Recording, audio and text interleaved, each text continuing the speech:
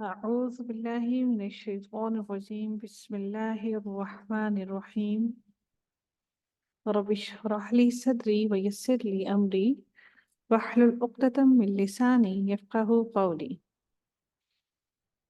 ربنا زدنا علما اللهم فقهنا في الدين آمين يا رب العالمين۔ رکوع نمبر 2 کا آغاز ہوتا ہے پارہ نمبر 8 سورہ الانعام چل رہی ہے، اس کی تفسیر کو دیکھتے ہیں اور اس کو سمجھنے کی کوشش کرتے ہیں کہ اللہ رب العزت نے کیا احکامات ہماری طرف نازل کیے ہیں۔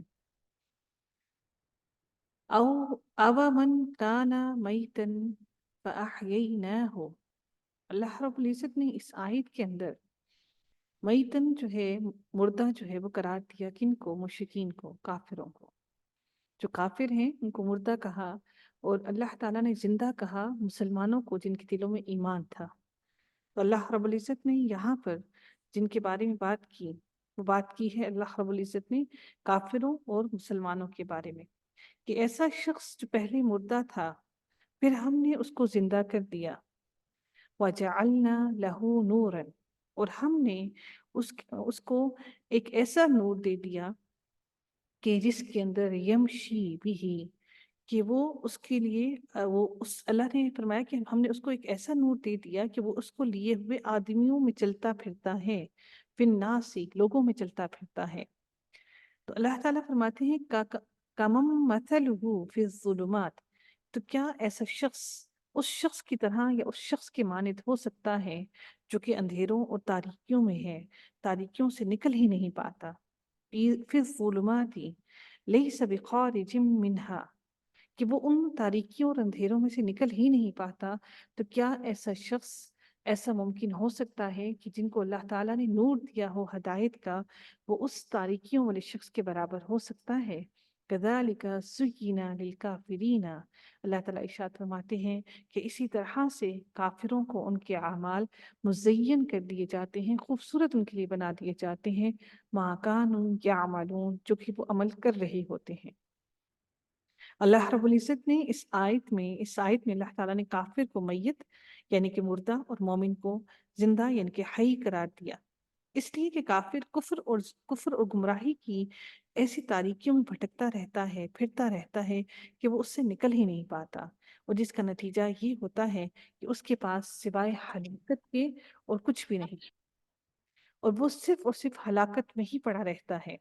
تو اللہ رب العزت نے مومن کے دل کو اللہ تعالیٰ نے ایمان کے ذریعے سے زندہ کیا۔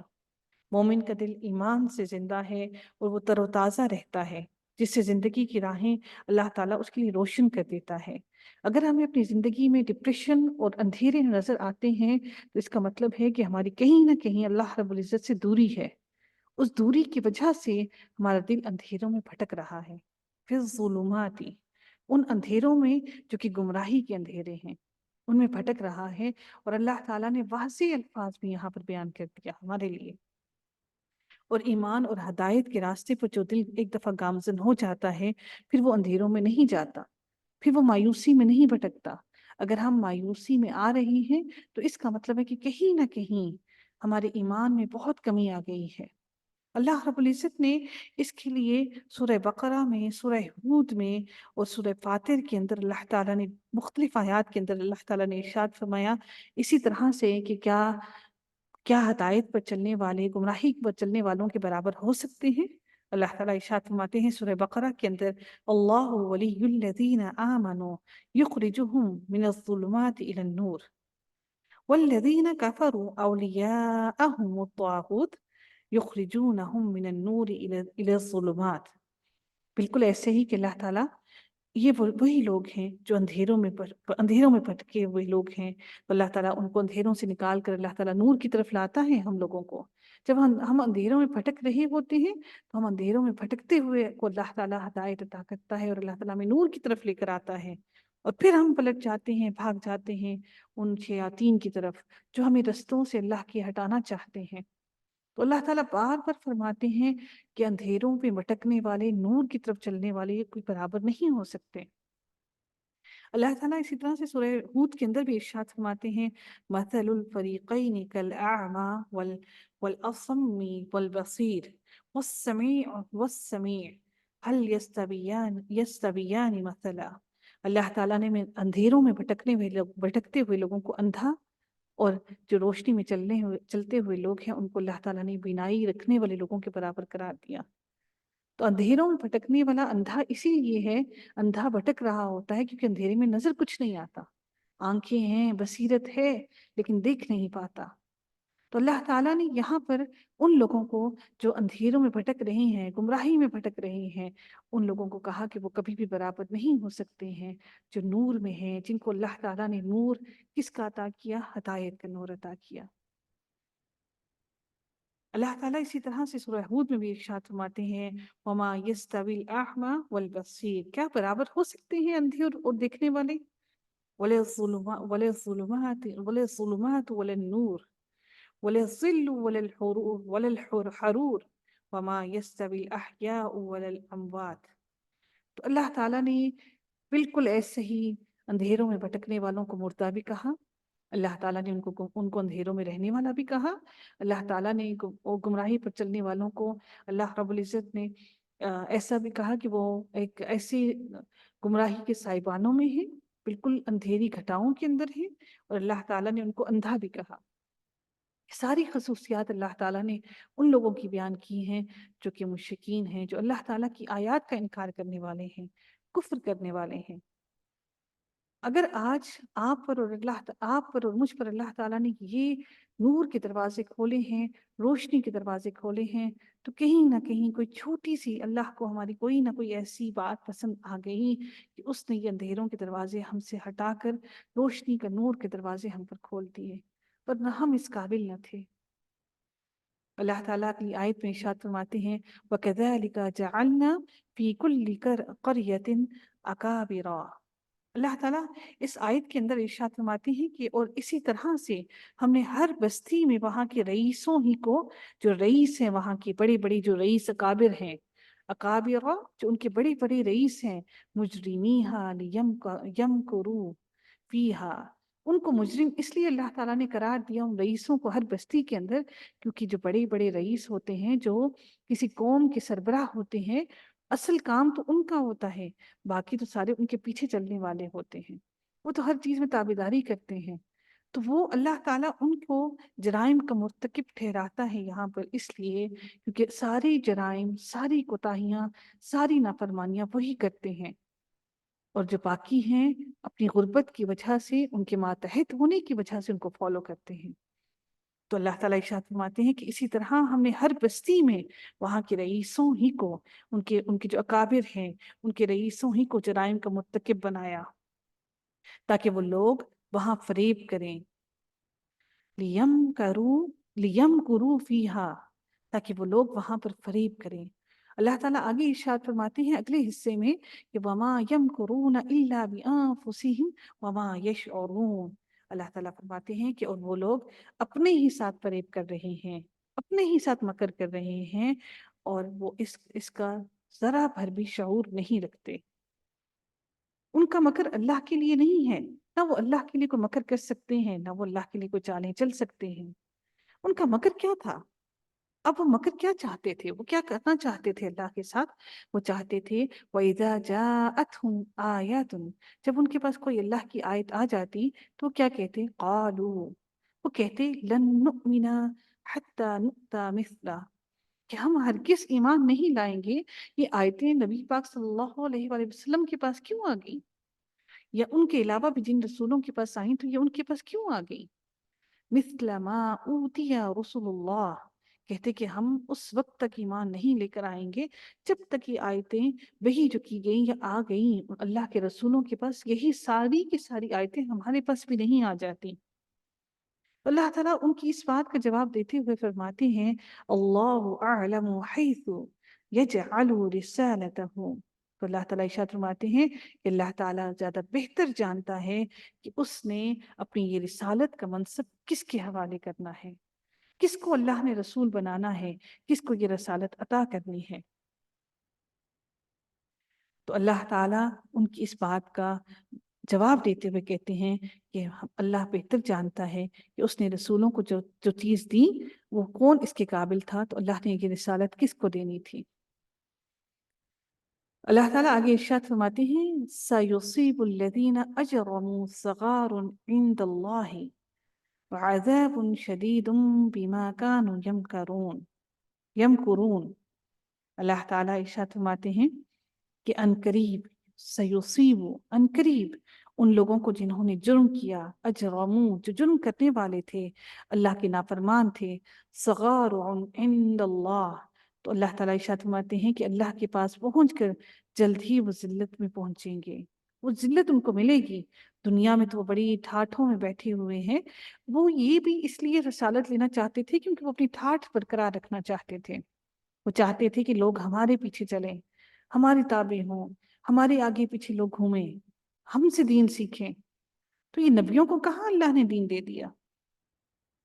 تو اللہ تعالیٰ پھر ان سے وہ ساری عزتیں لے کر اللہ تعالیٰ پھر ان کو ذلت دے گا، اور جلد ہی ان کو وہ ذلت پہنچے گی، اور ان کی شرارتوں کے مقابلے میں جو وہ شرارتیں کر رہے ہیں، یمکرون، اور جو وہ چالیں چل رہی ہیں، جو وہ مکر کر رہے ہیں، اس کے سبب اللہ تعالیٰ ان کو شدید سخت عذاب عطا کرے گا۔ اللہ تعالیٰ آگے ارشاد فرماتے ہیں فَمَن يُرِدِ اللَّهُ أَن يَهْدِيَهُ،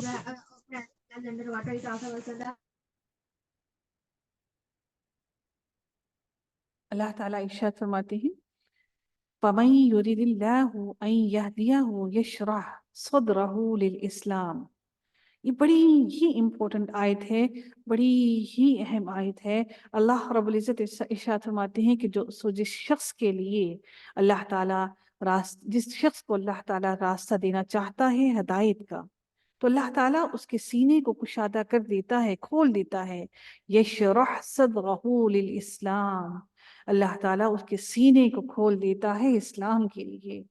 سبحان اللہ، سبحان اللہ، کیا ہی خوبصورت الفاظ ہے میرے رب کائنات کے کہ اس نے کہہ دیا کہ اللہ تعالیٰ جس کے لیے چاہتا ہے، جس کو ہدایت دینا چاہتا ہے، تو وہ اس کے سینے کو کھول دیتا ہے اسلام کے لیے۔ اگر آج آپ ہدایت کے رستے پہ چلنے کی کوشش کر رہے ہیں تو یہ اللہ کا ہی کرم ہے آپ پر کہ اس نے آپ کے سینے کو کھولا، کس کے لیے؟ اسلام کے لیے۔ وَمَن يُرِدْ أَن يُضِلَّهُ، اور اللہ تعالیٰ جس کو گمراہ کرنا چاہتا ہے، يَجْعَلْ صَدْرَهُ ضَيِّقًا، تو اللہ تعالیٰ اس کے سینے کو تنگ کر دیتا ہے، اور اتنا تنگ کر دیتا ہے کہ وہ گھٹن میں آ جاتا ہے۔ اللہ تعالیٰ سے شکر ادا کریں کہ اللہ تعالیٰ نے آپ کے سینے کو تنگ نہیں کیا، ایسی گھٹن میں آ جاتا ہے۔ کیوں گھٹن ہے اس سینے کے اندر؟ کیونکہ اس سینے کے اندر ہدایت کا نور نہیں اترتا۔ تو اللہ تعالیٰ نے ایک ایک لفظ واضح کھول کھول کر بیان کر دیا کہ وہ جس کو چاہتا ہے اگر وہ گمراہ کرنا تو اس کے سینے کو وہ تنگ کر دیتا ہے، اور پھر اس سینے کے اندر گھٹن ہے۔ كَأَنَّمَا يَصَّعَّدُ فِي السَّمَاءِ، تو اللہ تعالیٰ ارشاد فرماتے ہیں جیسے کوئی آسمان میں چڑھتا ہے۔ اللہ تعالیٰ یہاں پر آسمان میں چڑھنے سے مراد کیا ہے؟ یعنی جس طرح زور لگا کر انسان آسمان پر چڑھتا ہے، چڑھنا ممکن نہیں ہے، جتنا زور لگا لے انسان آسمان پر نہیں چڑھ سکتا۔ اسی طرح جس شخص کے سینے کو اللہ تعالیٰ تنگ کر دے، اس میں توحید اور ایمان کا داخلہ ممکن ہی نہیں ہے، جتنی مرضی کوشش کر لیں ممکن ہی نہیں ہے۔ جس طرح سے آسمان پر چڑھنا ممکن نہیں ہے، اسی طرح سے اس سینے کے اندر ہدایت کے اترنا ممکن نہیں ہے، اللہ کہ اللہ تعالیٰ اس کے سینے کو ہدایت کے لیے کھول نہ دے۔ یشرح صدرہ، کہ اللہ اس کے سینے کو کھول نہ دے۔ کبھی تنگی محسوس کریں دلوں کے اندر، سینے کے اندر، کہ ایمان نہیں اتر رہا، ہمارے سینے میں اللہ کا کلام نہیں اتر رہا، مشکل دقت آ رہی ہے، دعا کیجیے اللہ رب العزت کو، اے اللہ ہمارے سینوں کو تنگ نہ کرنا، اس کو کھول دے، کہ اسی کے ہاتھ میں ہے کھولنا۔ كَذَلِكَ يَجْعَلُ اللَّهُ الرِّجْسَ علی الذین. اب اللہ تعالیٰ ارشاد فرماتے ہیں اگلے حصے میں کہ اللہ تعالیٰ اسی طرح سے ان لوگوں کے لیے رجس یعنی کہ ناپاکی کو بنا دیتا ہے ان کے لیے لا یؤمنون جو ایمان نہیں لاتے. یعنی کہ ناپاکی میں کیوں ڈال دیتا ہے؟ ہمیں ہر وقت محسوس یہ ہوتا ہے کہ شاید ہمارے کپڑے ناپاک ہیں، شاید ہم پاک نہیں ہیں. اور ایک تو دلوں میں وسوسے شیطان ڈال دیتا ہے، اور دوسرا انسان پاکی کی طرف آ ہی نہیں پاتا، کیونکہ شیاطین کے کام ہے کہ انسان کو ناپاک ہی رکھتا ہے. تو اللہ تعالیٰ پھر ان لوگوں کو ناپاکی میں ڈال دیتا ہے جو ایمان نہیں لاتے، ڈش بنا دیتا ہے ان کی زندگی کو، گندگی بنا دیتا ہے، گندگی میں ڈال دیتا ہے، چاہے وہ کلام میں ہو چاہے وہ اعمال میں ہو. وَهَذَا صِرَاطُ رَبِّكَ مُسْتَقِيمًا. اللہ تعالیٰ اب اگلی آیت کے اندر ارشاد فرماتے ہیں کہ وہ یہی تیرے رب کا سیدھا راستہ ہے. قَدْ فَصَّلْنَا الْآيَاتِ لِقَوْمٍ يَذَّكَّرُونَ. اللہ تعالیٰ ارشاد فرماتے ہیں کہ ہم نے نصیحت حاصل کرنے والوں کے لیے واسطے ان کے لیے ان آیتوں کو صاف صاف کھول کر بیان کر دیا. لِقَوْمٍ يَذَّكَّرُونَ. وہ لوگ جو نصیحت حاصل کرنا چاہتے ہیں. اب ان لوگوں کے لیے جو نصیحت حاصل کرنا چاہتے ہیں اللہ رب العزت ان کے لیے کیا ارشاد فرماتے ہیں کہ اللہ تعالیٰ نے ان کے لیے یہ قرآن کی آیتوں کو کھول کھول کر بیان کر دیا، اور یہ اللہ کا راستہ ہے. یہ قرآن کی آیتیں اللہ کا راستہ ہیں. جتنا مرضی کوشش کر لیں کہ ہم ایمان لے آئیں، ہم سیدھے رستے پر چل پڑیں، جب تک قرآن کا راستہ نہ اپنائیں گے، وہ اللہ نے جب کھول کر بیان، اللہ نے وہ کھول کر الفاظ، کھول کر چیزیں، نشانیاں قرآن کے اندر بیان کی ہیں، جب اس کو نہ پہنچیں گے تو وہ راستہ کہاں سے ملے گا؟ اب اللہ تعالیٰ ان لوگوں کے لیے ارشاد فرماتے ہیں کہ لہم دار وہ السلام. اللہ تعالیٰ اچھا چپ کرو اب سب لوگ سننے میں. پلیز مائک میوٹ کیجیے گا تحسین جی. اللہ تعالیٰ ان کے لیے ارشاد فرماتے ہیں کہ لہم دار السلام عند ربہم، کہ ان کے لیے گھر ہے، سلامتی کا گھر ہے. کس کے پاس؟ ان کے رب کے پاس. سبحان اللہ. اللہ تعالیٰ آپ کو اور مجھے بھی وہ گھر عطا کرے. اللہ تعالیٰ ہمیں بھی ان گھروں کا مکین بنائے. عند ربہم. آپ کو معلوم ہے یہ بھی خصوصیت ہے. اللہ تعالیٰ ان کے لیے بھی ارشاد فرماتا ہے کہ جو میری آیتوں کو پڑھتے ہیں اور پڑھ کر جب خوف کی آیتیں ہوتی ہیں تو اس سے پھر اللہ کی پناہ مانگتے ہیں، اور جب اللہ کی جنتوں کا ذکر ہوتا ہے، انعامات کا ذکر ہوتا ہے، تو ان کے اپنانے کے لیے بھی اللہ سے دعا مانگتے ہیں. جب بھی قرآن کے اندر یہ آیتیں پڑھیں تو اللہ سے دعا ضرور کیا کیجیے کہ اللہ وہ ہمیں بھی عطا کر، ہمیں بھی جہنم کے عذاب سے محفوظ کر. تو اللہ تعالیٰ ان لوگوں کے لیے سلامتی والا گھر ان کے لیے اللہ تعالیٰ نے اپنے پاس تیار کر رکھا ہے. وَهُوَ وَلِيُّهُمْ بِمَا كَانُوا يَعْمَلُونَ. اور اللہ ہی ان کا ولی اور دوست ہے. کس وجہ سے؟ اس وجہ سے جو صراط مستقیم انہوں نے اپنا لیا، جو انہوں نے عمل کر لیا، اس وجہ سے. یہاں پر اللہ نے جہاں جہاں پر بھٹکے ہوئے لوگوں کی بات کی، اللہ نے ہدایت والے لوگوں کے لیے بھی بات کی. اگلی آیت میں اللہ رب العزت کیا ارشاد فرماتے ہیں؟ اب ان لوگوں کی بات کی جا رہی ہے جو کہ تکبر کرتے ہیں، اور وہ لوگ جو گمراہی کے رستے پر ہیں. اب ان کے لیے اللہ تعالیٰ کیا کہہ رہے ہیں؟ ارشاد فرماتے ہیں اللہ رب العزت کہتے ہیں کہ وَيَوْمَ يَحْشُرُهُمْ جَمِيعًا. اللہ تعالیٰ ان سب کے سب لوگوں کو جس دن اللہ تعالیٰ تمام مخلوقات کو جمع کرے گا، جمیعاً یحشرہم، سب مخلوقات کو جمع کرے گا. یا معشر الجن، اللہ تعالیٰ کہے گا اے جماعت جن، اے جنوں کی جماعت، اے جنوں کی جماعت، یا معشر الجن، اے جنوں کی جماعت، قد استکثرتم من الانس، کہ تم اے جنوں کی جماعت تم نے انسانوں میں سے بہت سے اپنا لیے. یعنی کہ جنوں میں شیاطین جو تھے انہوں نے انسانوں کو اپنے رستے پر، اپنے دیگر پر چلا لیا، تم نے ان کو اپنا ساتھی بنا لیا. وقال اولیاؤہم من الانس، جو انسان ان کے ساتھ تعلق رکھنے والے ہوں گے، جو ان کے ولی ہوں گے، جو انسان ان جنوں کے دوست ہوں گے، وہ کیا کہیں گے؟ جو انسان سے تعلق رکھنے والے ہوں گے وہ کہیں گے، کیا کہیں گے؟ ربنا، اے ہمارے رب، استمتع بعضنا ببعض، کہ ہم میں سے بعض نے ان کے ساتھ مل کر اس چیز کا فائدہ اٹھایا. کس طرح سے فائدہ اٹھایا؟ بہت سے لوگ جو جنات کی باتوں پر، جو ان شیاطین کی باتوں پر چلنے والے ہیں، حرام کمائی کرتے ہیں، حرام کام کرتے ہیں، در حقیقت وہ شیاطین کے دوست اور شیاطین کے ٹولے بن جاتے ہیں۔ تو وہ کہیں گے، وہ اس بات کو ایکسپٹ کریں گے اور وہ کہیں گے کہ اے اللہ، ہم میں سے بعض لوگوں نے ان کو اپنا ساتھی بنا کر اس سے فائدہ اٹھایا۔ استمتع بعضنا ببعض، کچھ لوگوں نے اس کا فائدہ اٹھایا۔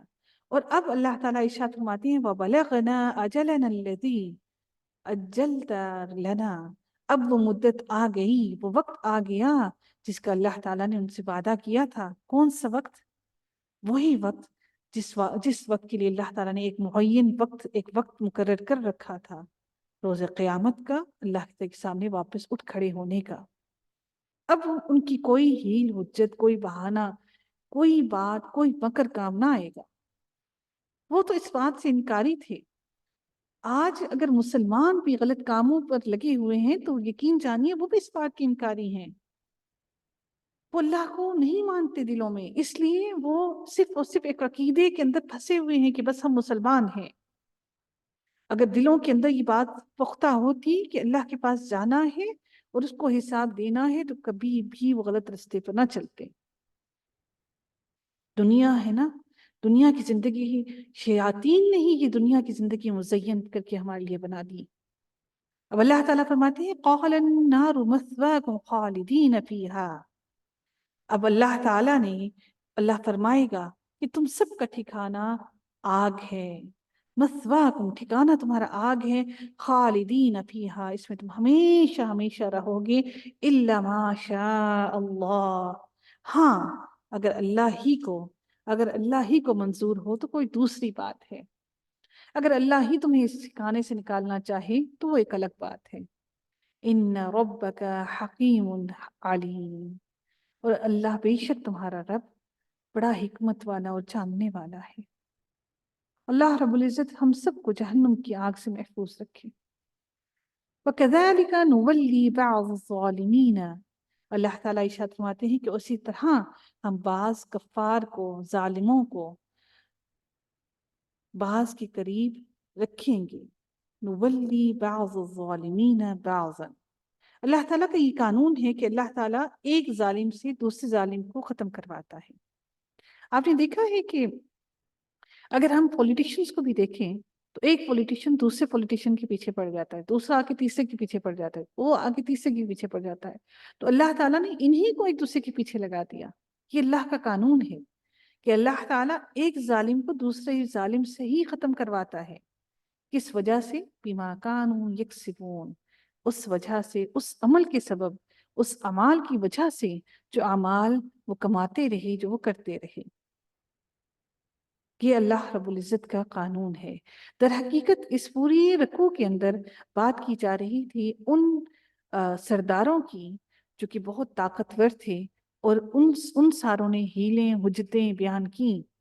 اللہ تعالیٰ نے ان سارے کے سارے لوگوں کے بارے میں، ان کی خواہشوں کے بارے میں، ان سارے لوگوں کے بارے میں بیان کر دیا، اور اللہ تعالیٰ نے یہ بھی بیان کر دیا کہ اللہ تعالیٰ ان ظالموں کو کیسے سزا دیتا ہے، عبرت بناتا ہے، اور اللہ تعالیٰ ان کو ہی ختم انسانوں سے ہی اس لیے کرواتا ہے تاکہ وہ سمجھ جائیں کہ طاقت صرف اللہ کے پاس ہے، ورنہ اللہ کے لیے کچھ مشکل نہیں ہے ان سب کو نیست و نابود کرنا۔ تو وہ جو اپنی طاقت پر گھمنڈ کیے ہوئے ہیں، اللہ تعالیٰ ان کا وبال انہی کے سر پر، انہی کی حرکتوں کی وجہ سے ان کا وبال ان کے سر پر ڈالتا ہے۔ وآخر دعوانا ان الحمد للہ رب العالمین، صلی اللہ تعالی علی خیرہ خلقہ اجمعین برحمتک یا ارحم الراحمین۔ سبحانك اللهم وبحمدك نشهد ان لا اله الا انت نستغفرك ونتوب اليك۔ السلام علیکم ورحمۃ اللہ وبرکاتہ۔